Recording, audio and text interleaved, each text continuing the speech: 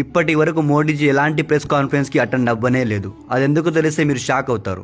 Make in India fail, Swachh Bharat fail, నదులను క్లీన్గా ఉంచడంలో ఫెయిల్, బేటీ బచావ్ బేటీ పడావ్ స్కీమ్లో ఫెయిల్. గట్టిగా మాట్లాడితే వీళ్ళ పార్టీలోనే చాలా మంది రేపిస్టులు ఉన్నారు.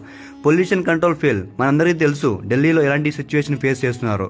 మోడీజీ ఖర్చులు తగ్గిస్తామని చెప్పారు, బ్లాక్ మనీ అంతా బయటికి తీస్తామని చెప్పారు, మాట ఇచ్చారు, కానీ అది కూడా ఫెయిల్ అయింది. అండ్ మోడీజీ అన్నిటికంటే పెద్ద మాట ఏమి ఇచ్చారంటే సంవత్సరానికి 2 కోట్ల జాబ్స్ ఇస్తామని చెప్పారు, అది కూడా ఫెయిల్ అయింది. డాలర్ వాల్యూ 40 వరకు చేరుస్తామన్నారు, ఇప్పుడు 90 రూపీస్కు ఉంది. సబ్కా సాత్ సబ్కా వికాస్ కూడా ఫెయిల్. నా దృష్టిలో వికాస్ అయింది అదాని ఒక్కరే. One nation one tax fail, అందుకే ఇండియా కూడా ఫెయిల్ అయింది.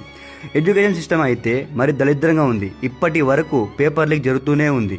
100 స్మార్ట్ సిటీస్ తయారు చేస్తామన్నారు, అది కూడా ఫెయిల్ అయింది. ఇన్ని ఫెయిల్ అయినా మనం విశ్వగురు అయిపోతామని చెప్తూనే ఉంటారు. మీడియా స్వతంత్రంగా ఉండాలి అన్నారు, కానీ మీడియానే కొనేశారు. అయినా ఓ 70 ఏళ్ళు దాటిపోయాక మాయా ఎగ్జిట్ ఇచ్చేయాలి. ఇచ్చేస్తేనే అందరికీ మంచిది.